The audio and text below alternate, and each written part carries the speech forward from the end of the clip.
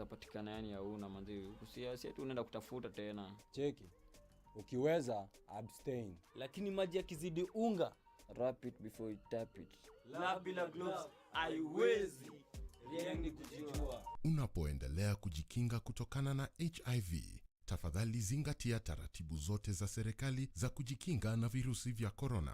Afya bora, maisha bora. Jipime, jiinue. Pembe Flour, your most trusted quality brand for over 3 decades, has a new look now. This new pack is available in all leading supermarkets and outlets. It's still the same flour. Great taste, so you can cook and bake all you love with Pembe Flour. Pembe yangu ni poa. I'm here for small biasharas, in my hood or beyond. I'm here for my customers, who are sought every time they come through. Put your business on the map with Visa. Where you shop matters.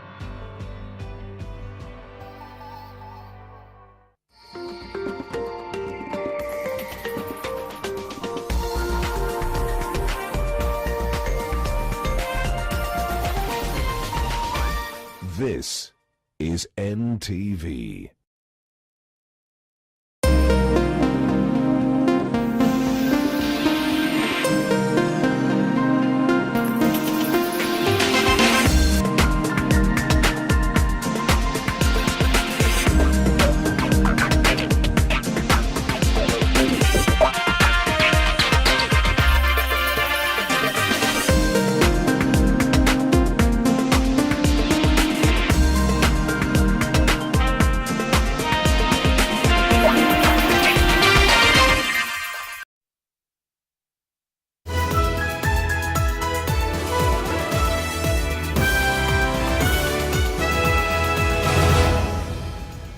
This is NTV Weekend Edition. A very good evening to you. As always, we have plenty lined up for you tonight. But first, the global coronavirus numbers. Now, the number of infections around the world are edging closer to the 8 million mark, with the death toll standing at over 433,602. In Africa, there are 236,848 infections and 6,304 people have died. In the USA, 2.1 million people have been infected and there are 117,614 deaths. Well, now to the day's top stories. Tonight, there is leadership that is setting an example of how to break the law. As infections soar, the government lays down the law. Laws apply to everybody equally. But it's one law for the poor and no law for the rich. Also tonight, the judiciary is scaling up operations. We give you a walk through the list of no-nos as courts reopen to a new order. Plus, besieged Kirinyaga governor reaches out to new friends. But Odinga denies night meeting. And also tonight, nature is restaking old claims. But the stakes couldn't be higher for the tourism industry. We've gone from sort of 40-50% occupancy to nil. Running Wild takes you on a tour of the untamed Mara and the detour the pandemic has forced the tourism industry to take.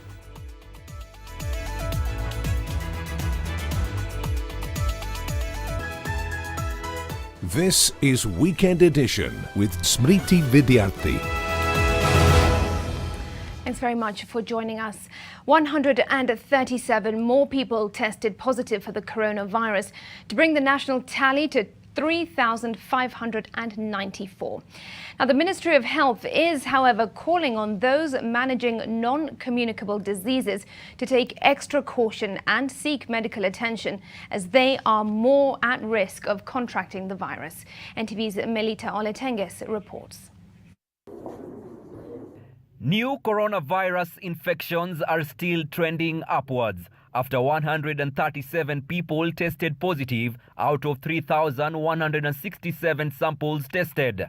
The overall disease burden in the country now stands at 3,594 594. But those in the front lines against the virus say they are still ill-equipped to do battle with the virus that could test the country's capacity to cope. A shortage of protective equipment for healthcare workers and lack of testing kits could slow down the war amid claims that boxes of donations from China's billionaire Jack Ma disappeared. We know that there was something like that. There is an ongoing investigation, and therefore I can't talk about it any more than that. Health Cabinet Secretary Mutahi Kagwe is however calling on those living with non-communicable diseases to go for regular checkups as they could be more susceptible to the virus. These NCDs are often silent, showing no symptoms for many years, even when the disease is advancing. As COVID-19 cases continue to surge in the country, there is need for personal protective equipment for medical personnel and the observation of set guidelines by the Ministry of Health, with the Cabinet Secretary Mutahi Kagwe now insisting that everybody should follow the guidelines regardless of their status. Melita Oletenges, NTV, in Othaya, Nyeri County. After months of closures, the judiciary is taking cautious steps towards a return to normalcy as sit-in trials resume starting tomorrow. But it won't be the normal that we know. NTV Silas Apollo takes us through the measures to ensure safety and a smooth delivery of services, including clearing the cases that were piling up. The halls of the busy Milimani law courts have been empty for weeks and the courtroom silent. But come Monday, the corridors will fill up again as sit-in trials resume. But it's a return to a new order. Here, workers are putting final touches to adjustment to ensure safety in the delivery of justice. Courtrooms will now be admitting 15 people at a time, including the magistrate, members of staff, the defense and the prosecution, as well as the accused persons. Once one magistrate has come here and sat, and there's need for another magistrate to come and sit, then there are officials from JEPCO who are going to disinfect the surfaces, all these surfaces here. We are going to have minimal use of paper. We are also going to use virtual interactions with our registries, where we have members of the public or the advocates logging into a virtual meeting with the registry so that they can actually interact one-on-one. But the often slow wheels of justice will be spinning even more slowly than usual as courts will face the daunting task of working through a mountain of piling cases while enforcing strict guidelines of social distancing. Cases will now be heard in the order of priority, with those taking a much shorter time like mentions and pleas given preferential treatment. We are giving priority to cases where people are in custody. That is number one. The second one is we are giving priority to sexual offenses. Because of the escalation of these matters outside there, we have to deal with them and process them. After that, we are going to move to defense hearings. Outside the courtroom, tents have also been put up. This is where cases involving larger groups and those that could take longer will be heard. We have on any given day 5,000 people visiting the courts here.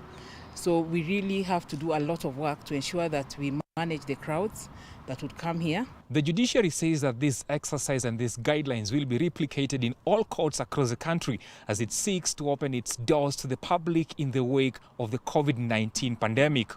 Silas Apollo, NTV. Meanwhile, a survey conducted by Infotrack shows that a number of Kenyans are opposed to the proposed reopening of schools in September, fearing an increase in the number of infections among school-going children. Now, this comes as Education Cabinet Secretary Professor George Magoha outlined some measures to ensure the safety of children should schools reopen in September. NTV's Zainab Ismail reports.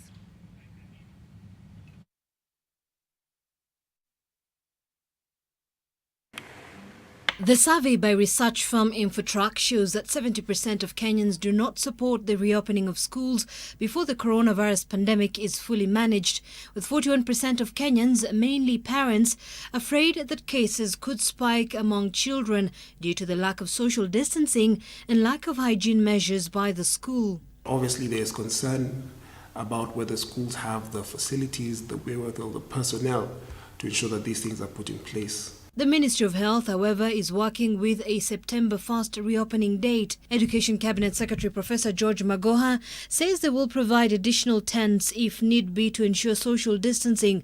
They will also ensure there are hand-washing stations. These are not normal times. No. And if we decide, if you say, for example, if you all say that schools can't open on 1st of September, as a messenger, I will go and do what? Give the report back. I'll give the report back to the owner of the process and tell him, Your Excellency, but for now, we prepare as if we are going to open. Meanwhile, a majority of Kenyans, 59%, support the reopening of places of worship.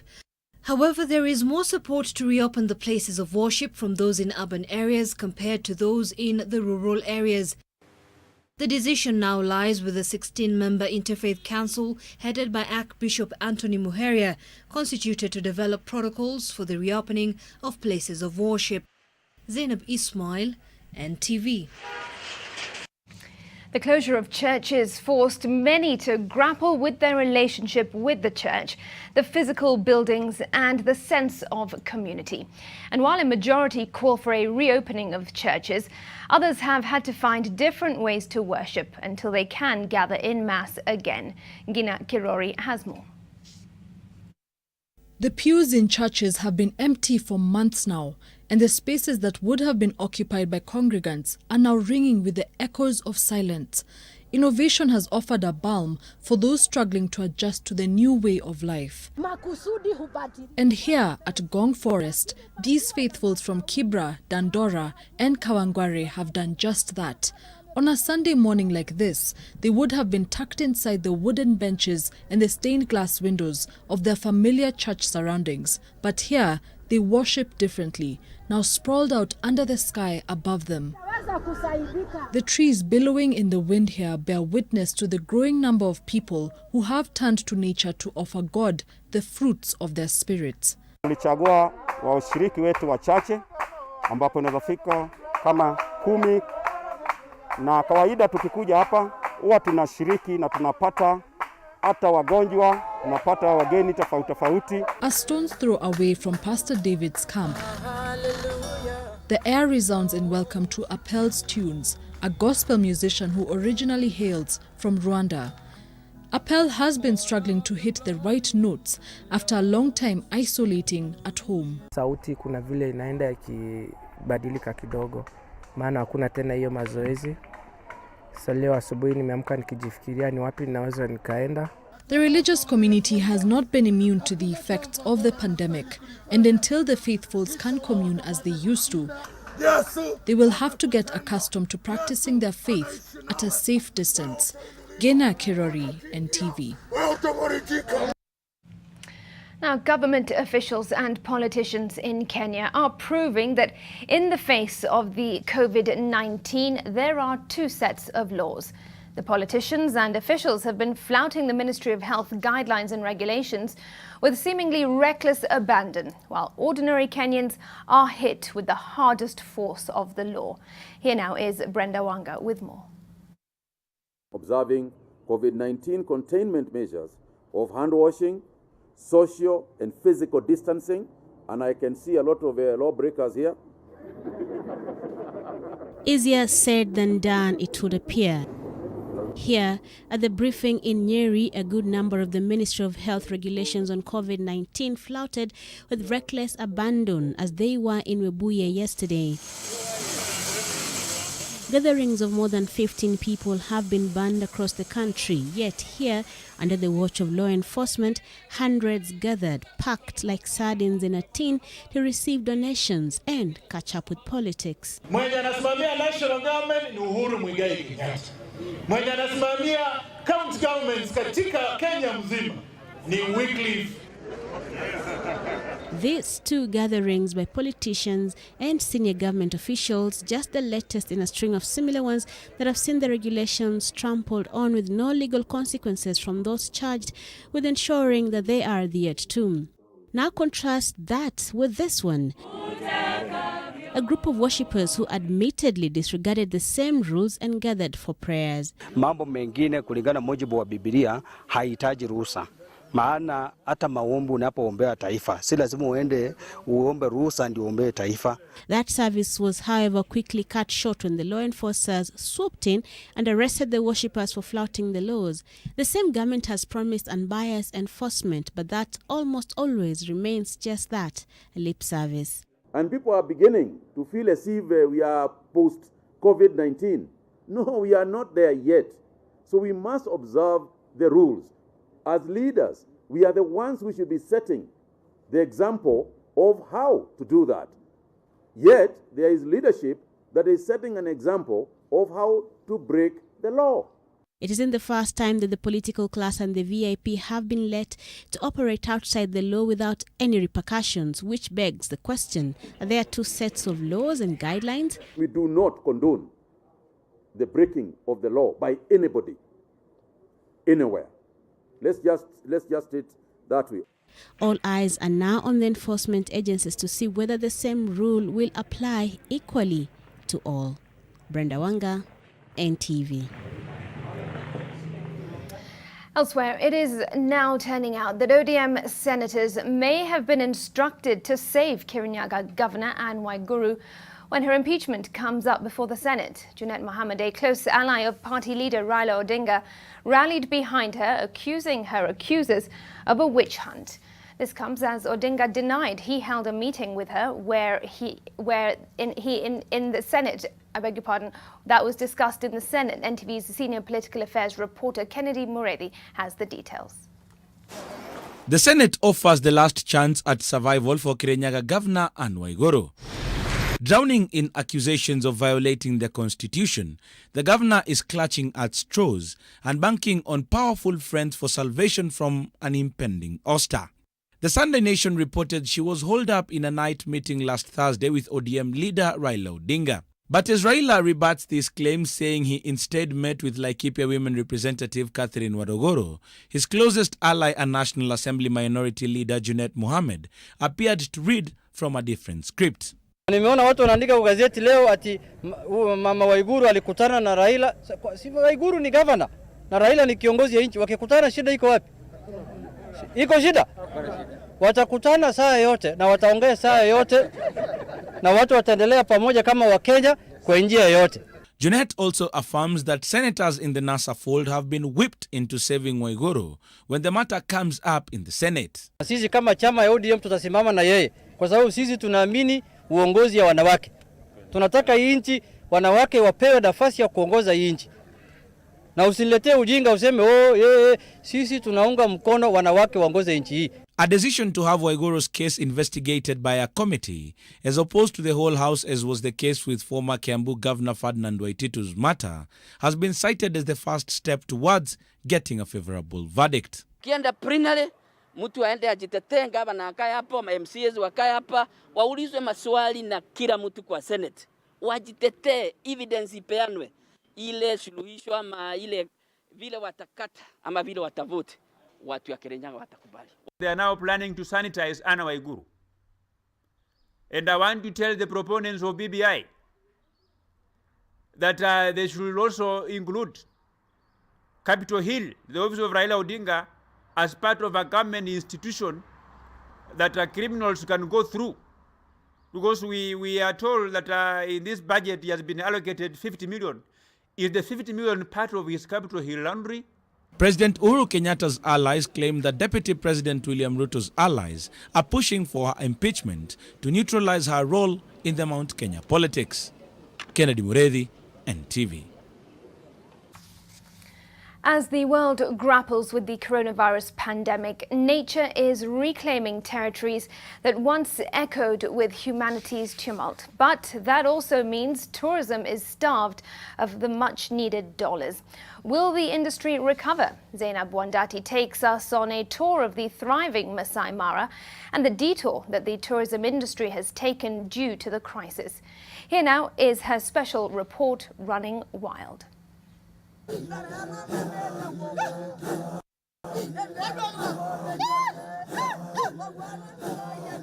High season.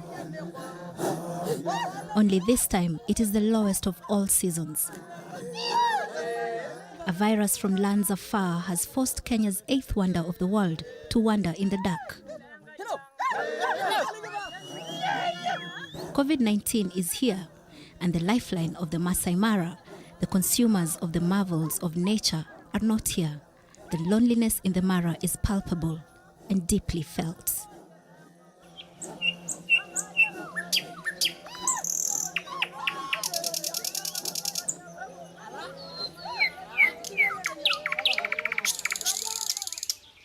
Our greatest market is actually the United States of America. Last year, that's where the greatest number of tourists who visit the Mara came from, the US, followed by Europe. You know, now those markets are hit now, and as you know, there are no flights coming. You know, Masai Mara, the visitors that visit at any one time in annually, you're talking around 400,000 visitors. Since Kenya reported its first case of COVID-19, not a single tourist has been here, and the animals have noticed. These are the loneliest of times. Silence is now the new normal. The bird's voice, however, breaks the stillness like the cracking of ice in a cold drink. The absence of humans has left the Mara shrouded in a cloud of loneliness, eerily quiet and yet peaceful. The loneliness makes the drive inside the park both exciting and terrifying.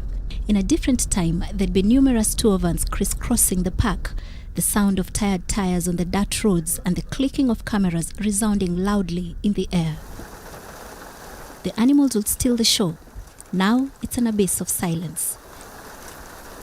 In the times of coronavirus disease, the wildlife have the Mara all to themselves and are literally running wild. When the activities were on, there are so many vehicles all over. There are so many human beings taking pictures, people even sometimes breaking the park rules, driving right into the animal. You have seen a picture of so many vehicles around, for example, lions or a rhino and so forth. You know, harassment of wildlife. There was a big harassment of wildlife. Now that is gone. There is no tourist. There is no vehicle in the Mara. So the animal is roaming, is having a field day. Besides a few delivery trucks and the rangers patrolling the park, ours is the only other vehicle in the park, and the view is breathtaking. The lone elephant that blocks our path strikes a pose for the camera. Complementing that pose is a herd of buffaloes, fresh from a mud bath. The price that comes with this piece of heaven in the wilderness of the savannah has not been easy or cheap. The long rain season brought too much rain, too much pasture, and the much more cover for prey for predators. This has in turn forced some of the predators out of the reserve in search of food. The lions, you find that they tend now to come nearer to where there is human habitation. Most of them have been born. They have grown up seeing cars, seeing people in cars. These days there is none. The lions like to hunt on short grass because they want to see the animal they are going to hunt, and therefore they have been trying to move a bit out. But in terms of percentage, if you ask me, less than 10%. The Mara is the single biggest source of revenue for Narok County, bringing in at least 90% of the income. The absence of tourists has had an impact not only on the county's accounts, but also on conservation activities. Most of the conservation work in the Mara is fed by tourism dollars. And as soon as flights were suspended into the country and the whole world was affected, tourism as we know it completely went down. So all the lodges, camps, tourist facilities, safari services just collapsed within that short period. And so in our case, we started struggling because we depend on tourism through conservation. We've gone from sort of 40-50% occupancy to nil. The lodges have all closed, the camps have all closed. We don't have a single tourist coming to the Masai Mara at the moment. And this will impact us greatly on our revenue, because we rely on tourism revenue, park fees, to basically maintain the park, maintain the security, pay salaries, improve infrastructure and so on. So in that respect, for the last month we've had no income, not a cent.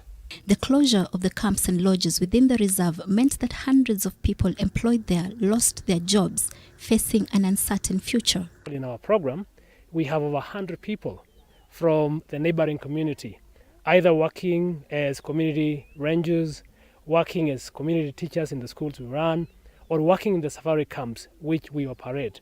We had to let go about 80%. Mimi nafanya kazi hapo Sekenani Environment Center. Sisi ni watu wa kusimamia idara ya afya ya cleanliness hapo Sekenani and all Mara. Sasa wakati corona ilianzia, tulifanya kazi kidogo tukifanya hizo precautions ya kuchukua na hiyo sanitizer. Tuko na staff watu 26.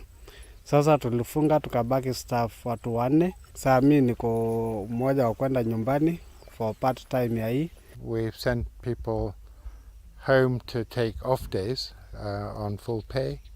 We've reduced bonuses and allowances. So we've reduced the number of patrols that we're doing.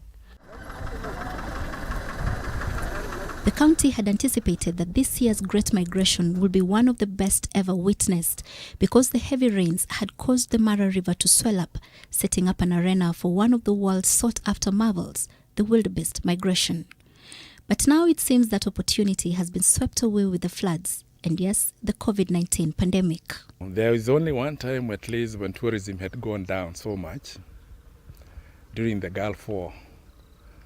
When the Gulf War was there, you find that tourism numbers had gone down so much, such that sometimes we used to get maybe one car entering the reserve, sometimes in a day, and sometimes even in a week. We've seen drops in tourism as a result of post-election violence and concerns around the elections, but nothing as catastrophic as this.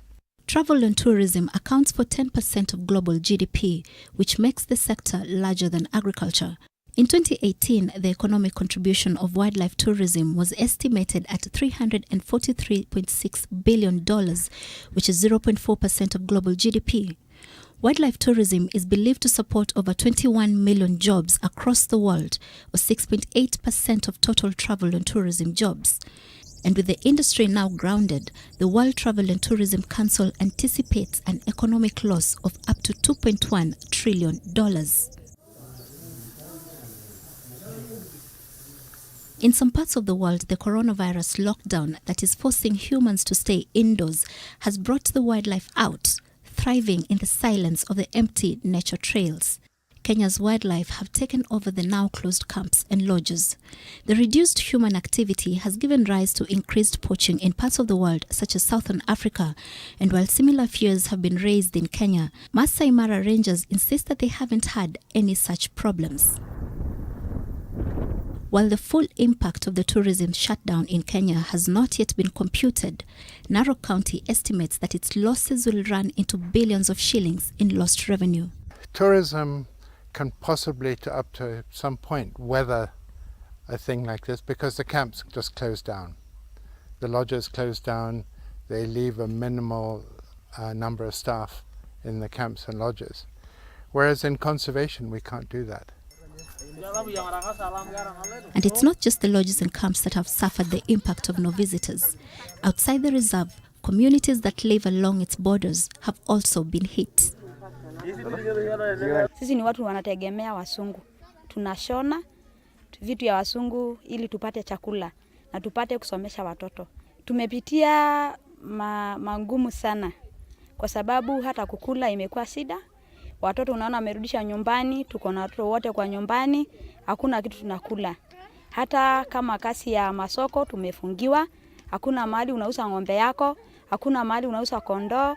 This boma has at least 28 manyatas with a total population of 100 people, all of who depend on the Masai Mara to earn a living, doing different things to serve the tourism industry in order to be able to feed their families. But now, while the Masai Mara itself, the animals in the park, are grateful for the minimal human interaction, this community here is not pleased because they know no tourists means no income. Mimi husikia corona kutoka kwa radio. Na nasikia corona ni ugonjwa inakuja kama homa. Inaletwa wansua na mikono, mtu kukohoa na ni kama homa. Tumeelezwa ni corona tumesababisha hatuna kazi sasa. Wasungu wamefungiwa, hakuna mgeni yoyote tunaona. Kwa siku nilikuwa natengeneza hata kama 1500 hivi. Kwa sababu kazi ya wasungu ni kisima tu kutoka kwa Mungu.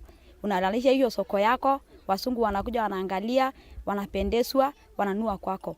Hasa kwa siku nilikuwa natengeneza pesa kidogo ni 1000 mpaka 2000. Hasa kuanzia saa hivi venye hatuna wasungu tutategemea msaada.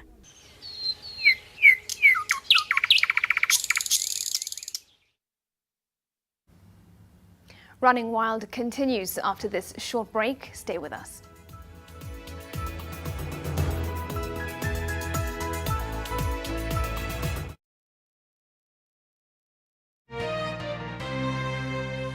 Did you know there's a laundry bar soap that can help save you time, water, and money?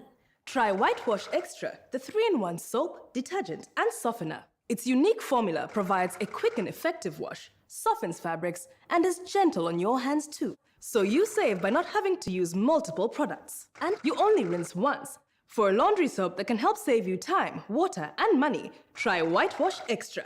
Brand power, helping you buy better. You in the pollution? Yes, you. Dry throat? Strepsils. Girl in the smoke with a raspy voice? Strepsils. Hello, in the downpour with a scratchy throat? Take Strepsils. Get soothing relief for any throat irritation. Strepsils with its medicinal ingredients will heal the harm done to your throat from external factors. Strepsils. Strepsils for a dry, itchy, raspy, scratchy throat. My whole life is in my phone.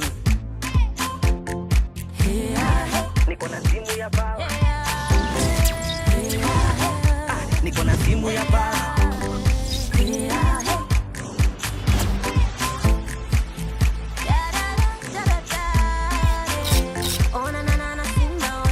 Niko na simu ya baba.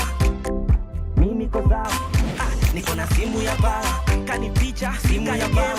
Shine up your A moment, yeah.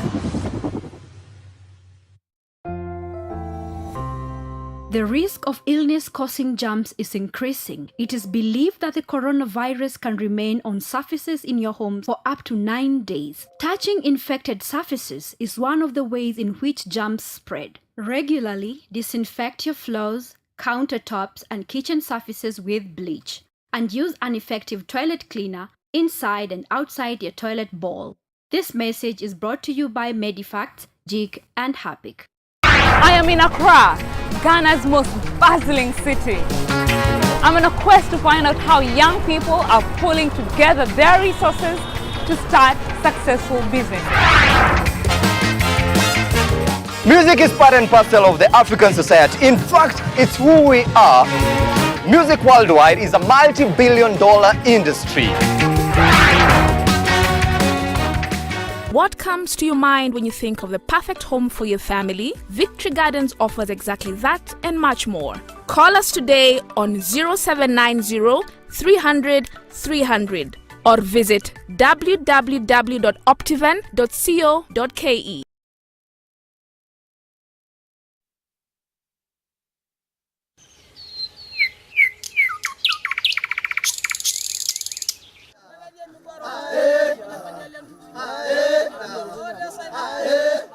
They sing as they prepare themselves for the task ahead.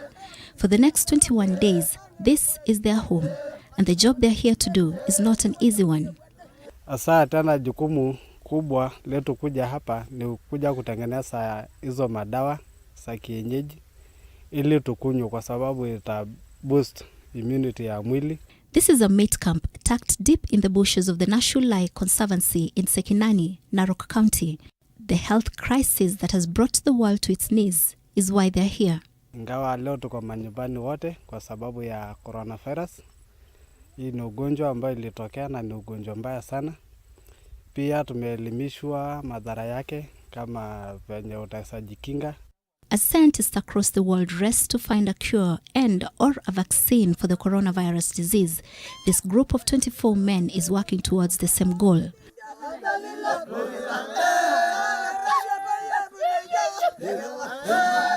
None of them is a scientist and they have no lab, but they say they know their herbs. Sote tunachanganya mahali moja kwa sufuria moja. Alafu tunachemusha 3 hours. Tunachanganya dawa aina mingi kama dawa za miti tofauti kama 52. Kwa hivyo ni dawa ambazo ziko very strong. This meat camp runs on a 21-day shift system. After 21 days, this group will leave and a new group of 24 will arrive. Na mtajuaje kama hiyo dawa yenu imefanya kazi? Okay, kitu ya kwanza ukikunywa hiyo dawa, unasikia kama imekuingia kichwa. Inakuwa kama ile amorano, una feel mori. Pia unapokunywa soup, tumbo yesi jaa venye unakula chakula.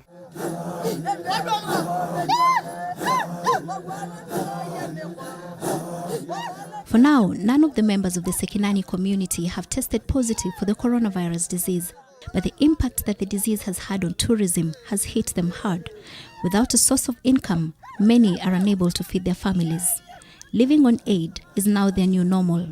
Sisi tunaona ikiendelea hivi tutaangamia sana kama sisi wa Masai. Recently, the government presented a stimulus package to restart the economy post-COVID-19, which included funds set aside to cushion the tourism industry and conservation. In the hospitality sector and the tourism sector, we want to gradually open this sector as well because it is worstly hit by this pandemic. The tourism component of the stimulus program will also engage 5,500 community scouts under the Kenya Wildlife Service at a cost of Kenya shillings 1 billion. Additionally, support will be made available to approximately 160 community conservancies at a cost of another 1 billion Kenya shillings. To our community living around the park that depends 100% with the tourism activity, perhaps they might need to know that even if they live from hand to mouth, they need to be advised on an investment to set aside something small from what they get to the tourism just to save for future. We have reserves that'll probably see us through until September or so. September, maybe October if we're really very prudent with our expenditure. For the whole triangle. But thereafter, we don't know.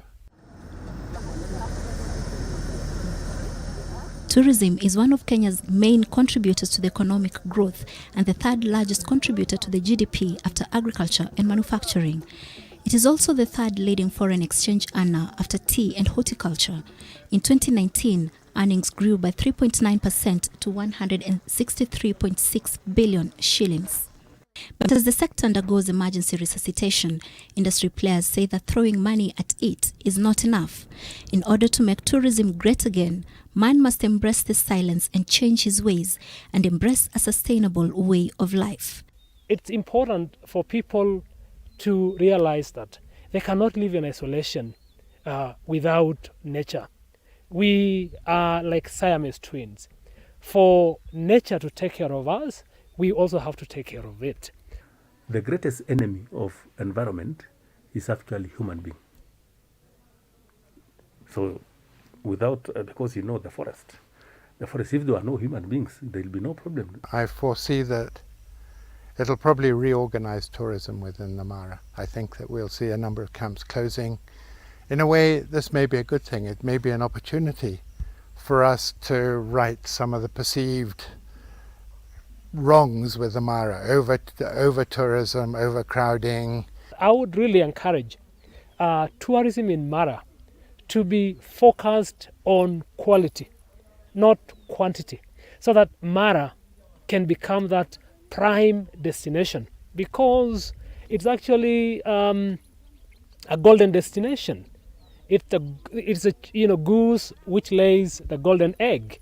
So I think the Mara, once we have it again together, and we will, it's better to change it into a premier destination, probably fewer tourists, paying a higher premium. Probably we will need to tighten or change our park rules to maybe check at the distance of the animal, that a vehicle will be going closer to the animal just to give them the privacy, and also try to regulate the number of visitors in the park at a given year. In future, we see the Mara being like the gorillas, so that we say as the Mara, how many tourists do we need at any moment in a day, in a way that the wildlife is not disturbed in their natural habitat. So that if we are told we only need 20 tourists, as an example, then per day it's only 20 tourists. If there is another one at 21, from there, if there is any other tourist, additional one, we tell you, please, sorry, come tomorrow. Governments worldwide have their hands full dealing with the human emergency of COVID-19, making it difficult to argue for investment in nature right now. But environmentalists argue that making tourism sustainable is the best way to recover and protect it against future shocks. In the past, the recovery time after disease outbreaks has been 19 months. We don't really expect tourism to pick up. We may, once things open, we may see tourists trickling back. But in my own experience, we don't expect tourism to get anywhere near the levels it was pre-COVID-19 for another 3 or 4, maybe 5 years.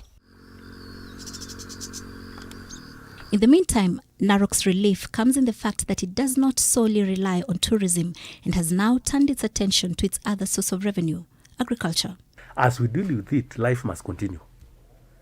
And one of the things we are telling our people is, let's see the opportunities which can be available because of COVID. One of the opportunities is demand for food. And because we have productive land, we are telling our farmers to upscale the growing of food in this county. With 60% of its land being productive, the county is among the country's major producers of maize, wheat, and barley. But the heavy rains this past long rain season did not make it easy. Shida imekuwa kubwa sana. Bado hii mashamba mingi sana ijalimwa. Nafikiri hata mwaka hii watu watapanda hata mpaka mwisho wa mwezi wa 5. But as the farmers rushed to put seed in the ground before the long rain season was over, they did so with the weight of COVID-19 on their shoulders, effectively slowing them down. Lakini kwa wakulima na wafanyikazi wetu tunakuwa na lot of challenges. Sababu umechelewa kwa shamba, umefika town kwa sababu lazima upitie town ndio uende nyumbani. Umekuta ile wakati ya kafi imefika, ile watu yako wameumiswa. Still, the county remains optimistic that this year's harvest will be above average. But it also keeps hope alive that soon the cloud of loneliness that shrouds the Masai Mara will lift and give tourists a better premium experience. Zainab Wandati, NTV.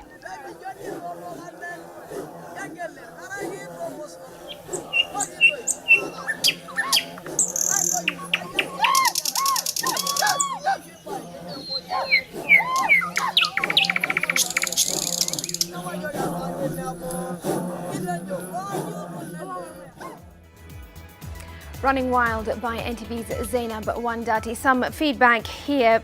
Benefit Cumber Snacks, you say one positive from Corona. At least the wildebeest migration will happen in peace this year with no tourist vans crowding the animals. Ole Memusi, you say tourism will feel the greatest pinch. Time also to reconfigure how best to market our tourism products at the local level.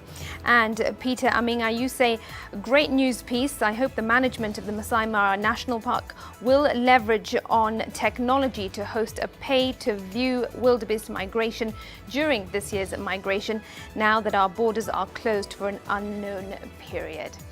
All right, we will keep a check on our wildlife and conservation matters during this COVID period and beyond, no doubt. At this point, we take a breather more when we return.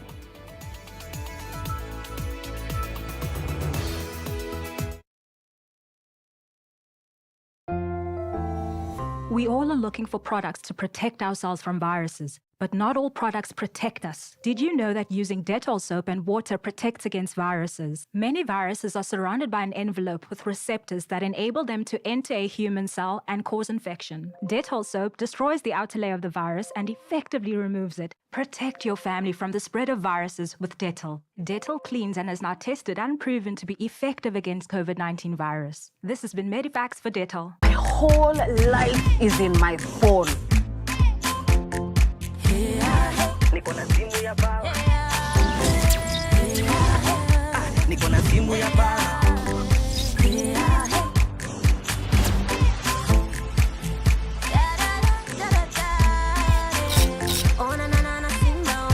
Niko na simu ya bawa. Mimi niko sawa. Niko na simu ya bawa. Kani picha, simu ya bawa. Shine up your A moment, yeah.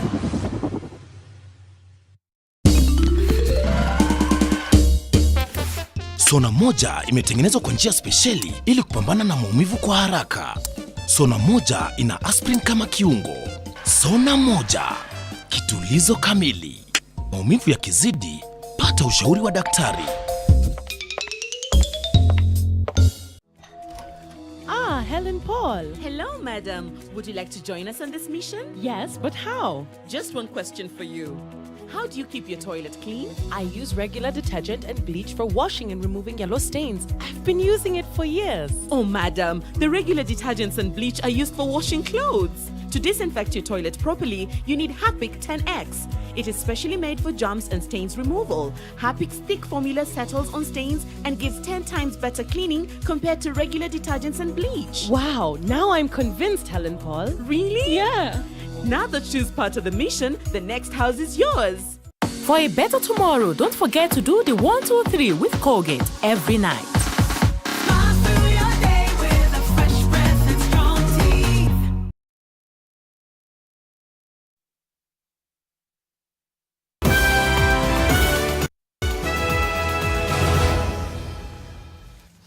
Welcome back to NTV Weekend Edition. Users of kerosene are the biggest beneficiaries of the latest review of pump prices as directed by the Energy and Petroleum Regulatory Authority.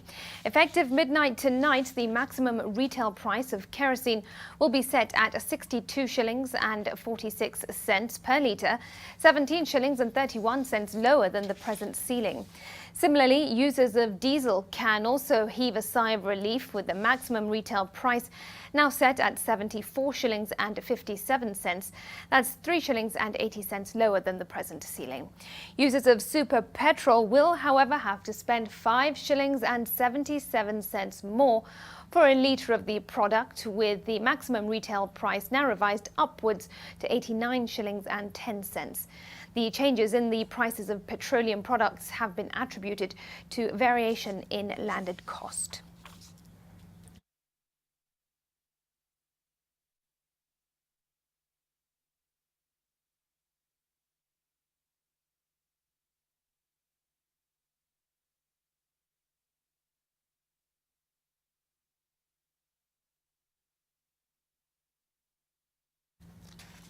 As ODM leader Raila Odinga denied his meeting with embattled Kirinyaga Governor Anne Waiguru to save her career, his right-hand man and Director of Elections, Mr. Junet Mohammed, reveals a decision by the Orange Party to stand with the county boss.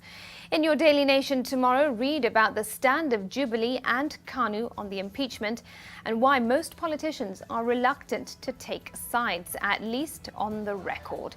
Plus, if you have heart disease or diabetes, you are at the greatest risk of dying from COVID-19. Don't miss your copy.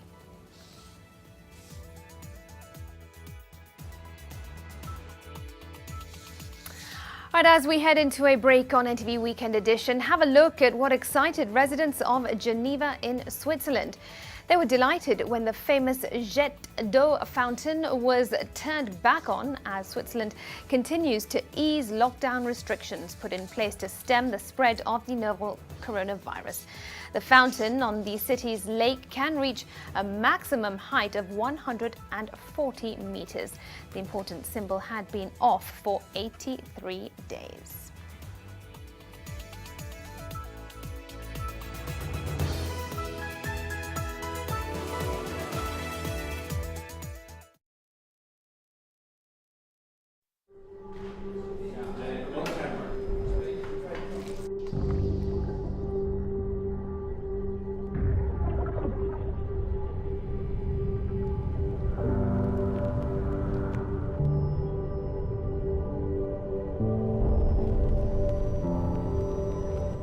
sensitivity pain fast with Sensodyne Rapid Action for clinically proven relief in 60 seconds.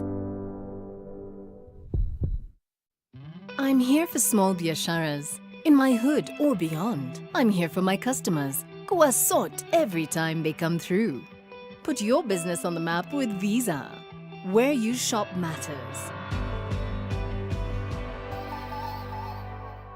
The county government of Nyeri, with the approval of His Excellency Governor Mutahi Kahiga, has granted a 100% waiver of accrued interest sums on outstanding land rates effective 19th May 2020 to 19th June 2020. With a cashless system, obtain your invoice from respective sub-county offices and make payments through accounts held at Cooperative Bank or Kenya Commercial Bank, Nyeri branch, using account numbers on your screen, or M-Pesa Paybill 191900 and get your official receipt.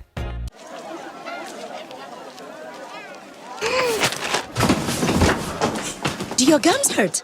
Yeah. Does your toothpaste contain sage, eucalyptus, myrrh, chamomile? All that in one toothpaste? Yes, try Colgate Herbal. Colgate Herbal contains nature's best herbs and Colgate's fluoride technology to give you strong teeth and healthy gums. Ah, Colgate Herbal. Let's go. Colgate Herbal for strong teeth and healthy gums naturally.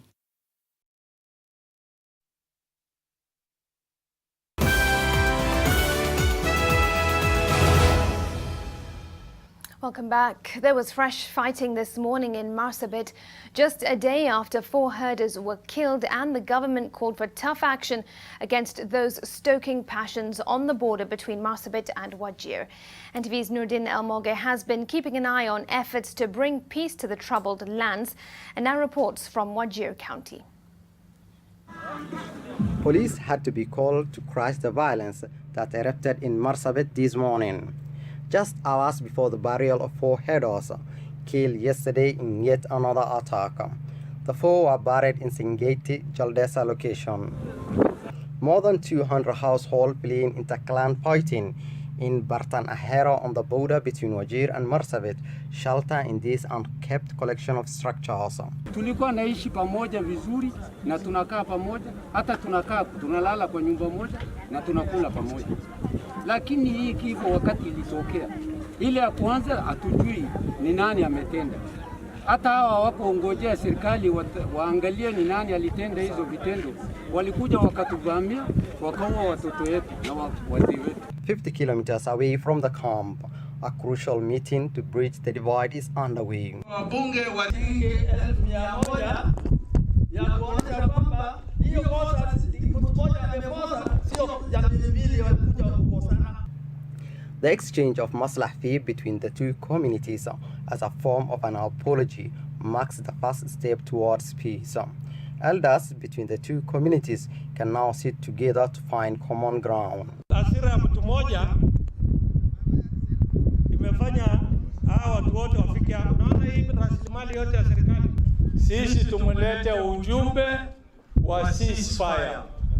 Hatutaki kusikia tena hii kabila mbili wamekosana. Sote tumepoteza maisha na kwa jamii yote mimi nasema poleni. Jamii yetu ya Dogodia wamepoteza mali, nasema poleni.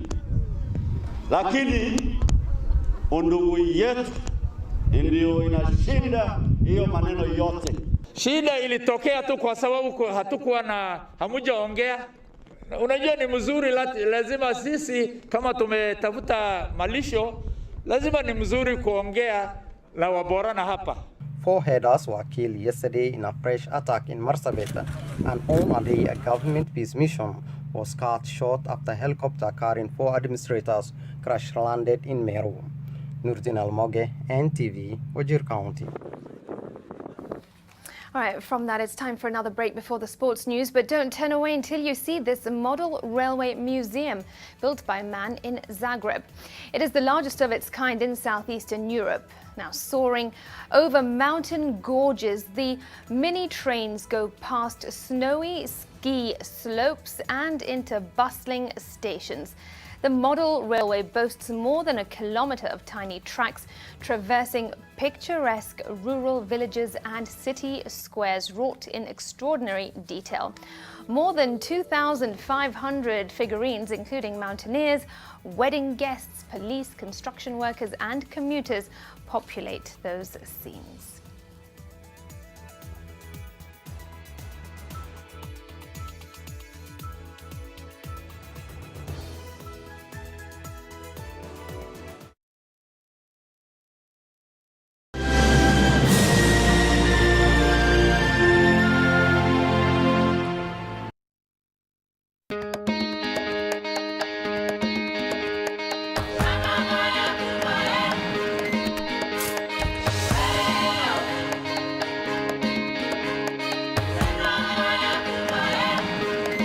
At Stima Sacco, we are a reflection of you.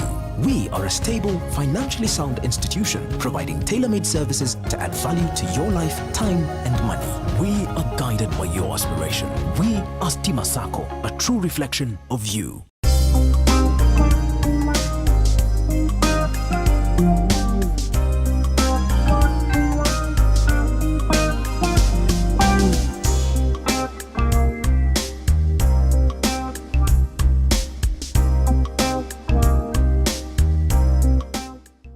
This new pack is available in all leading supermarkets and outlets. It's still the same flour. Pembe yangu ni poa. Change can be disruptive, but Business Daily has got you covered. Get evolving market trends, ingenious business ideas, and the latest tech content in the new market dynamic, and exciting lifestyle content in the new normal environment. Business Daily.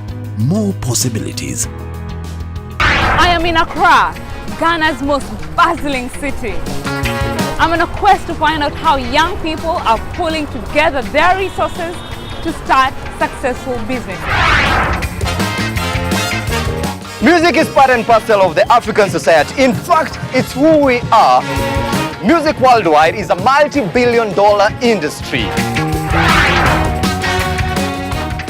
What comes to your mind when you think of the perfect home for your family? Victory Gardens offers exactly that and much more. Call us today on 0790 300 300 or visit www.optivan.co.ke.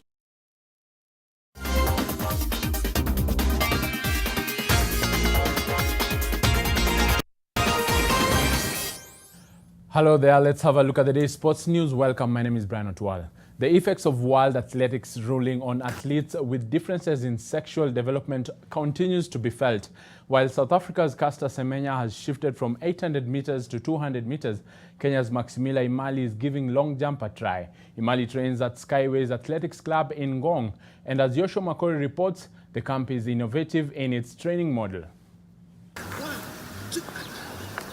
The coronavirus pandemic has led to closure of stadia, and this has forced athletes to look for alternative ways of training. At Skyways Athletics Club, which was founded in July 2018 by coach Sami Masharia in Ngong, Kajiado County, athletes have gotten creative. Tumefungiwa viwanja vingi, kwa mfano Nyayo, Kasarani, hata hapa Vepa karibu mahali ambapo huwa sana tunafanya mazoezi huku Ngong.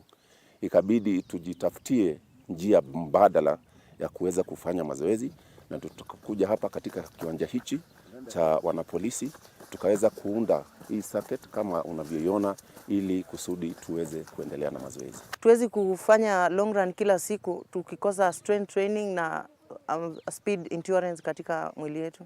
The camp, whose name Skyways, is taken from a dream of upcoming athletes to board planes and run abroad, has adhered to the Ministry of Health guidelines.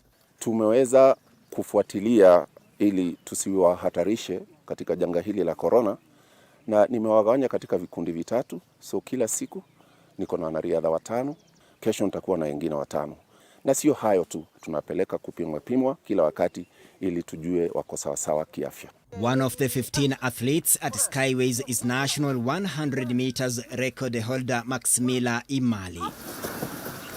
after World Athletics disqualified athletes with high levels of testosterone from participating in 400 meters and 800 meters races. Imali, who is 24 years old, is giving long jump a try. Ni wazo nzuri ambayo coach tulikaa naye chini kwa sababu alijua mimi ni mkimbiaji na naweza kuruka tena long jump kuanzia 100 na 200 kwa sababu hiyo ndio mbio ambayo tumeachiwa.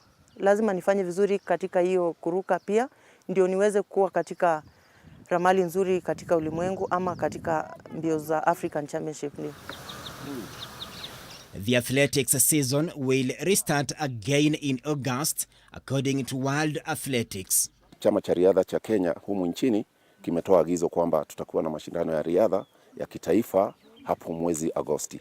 Pia kuna mwaka kesho na wanariadha pia lazima wawe na ule mwelekeo ama ile hope kwamba bado hata mwaka kesho, mwaka Olimpiki, utakuwa ni mwaka mzuri wa kuweza kujiendeleza. Kwa hivyo ni lazima tuendelee na mazoezi. Mimi nimekuwa nyumbani kidogo, nikamwambia acha nirudi na amenisaidia sana. Singekuwa na hii mawazo maybe ya kujenga hii, lakini amesema acha tujenge ndio tuweze kuitumia katika msimu huu. Joshua Makori, NTV, Ngong, Kajiado County. Thank you so much, Makori. Moving on, 150 athletes from Nandi and Londiani athletics camps received food donations from Athletics Kenya to sustain them during the coronavirus pandemic. The selected athletes who received foodstuffs and masks as a cushion from the effects of the pandemic are those who have been in camp preparing for the postponed World Under-20 Athletics Championships. Athletics Kenya Youth Development Director Barnaba Korir, who was leading the program, challenged the athletics fraternity to care for each other following the disruption of earnings of different upcoming athletes due to the COVID-19 pandemic. Athletics Kenya also took time to urge athletes to keep training to keep fit, warning them against engaging in the use of banned substances. Junior athletes in camp in Kericho, Kisumu, Kisii and Narok will on Monday receive food support from AK. This even as Athletics Kenya targets to reach 1,400 athletes from all camps in the country. Tomorrow, Kisumu, and then we go to Kisii, Narok, and finally to Nairobi. So this is a program that has been initiated by Athletics Kenya. And to England, 2 Premier League clubs revealed that 2 individuals had tested positive for coronavirus, with rock-bottom Norwich City confirming an unnamed player is one of them. Norwich City are due to resume their battle for survival on Friday with a home game against Southampton. The player and the other individual who has not been named are the only 2 cases from 1,200 tests taken on Thursday and Friday. The unnamed player was involved in a Norwich City in a match as Norwich City beat Spurs 2-1 in a friendly at Tottenham Hotspur Stadium also on Friday. Spurs confirmed that they have not a positive test and said the Canaries player had no close contacts with their team.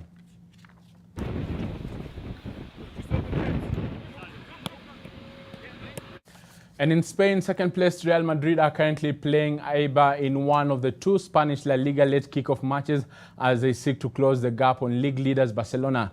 Real Sociedad will face Osasuna in the last match of the round 28 after La Liga resumed earlier.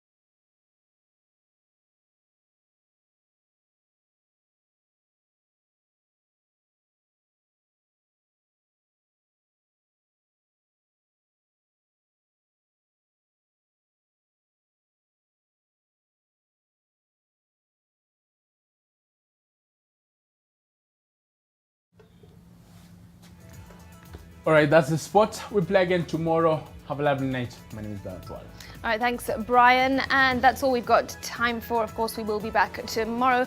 Thanks very much to David Agondoa, our sign language interpreter. Have yourselves a good night. Bye-bye.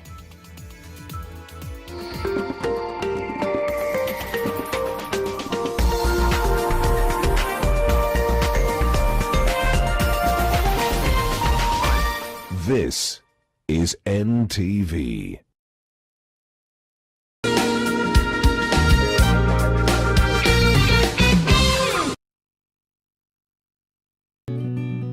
I help women find independence by training them in fish farming. It's tough on my back, joints, and can cause headaches. Panadol Extra relieves multiple types of pain. If symptoms persist, seek medical advice. I am in Accra, Ghana's most bustling city. I'm on a quest to find out how young people are pulling together their resources to start successful business. Music is part and parcel of the African society. In fact, it's who we are. Music worldwide is a multi-billion-dollar industry. What comes to your mind when you think of the perfect home for your family? Victory Gardens offers exactly that and much more. Call us today on 0790 300 300 or visit www.optiven.co.ke. Sabrina's love life was hit or miss. Oh my God! Sir, are you okay? I am so sorry. I could have killed you. Until she hit him. Sabrina, would you marry me? Yes. The ceremony begins at 2 p.m. sharp with dinner and dancing to follow. The Watsons are uptown. And Jason and I will be married. Girl. The Taylors are downtown. Jason is getting married this weekend. You know by now she should have come over here to meet me. This is strike one. Don't forget about your anger management classes, Pam. They've got to learn to be. Mom, this is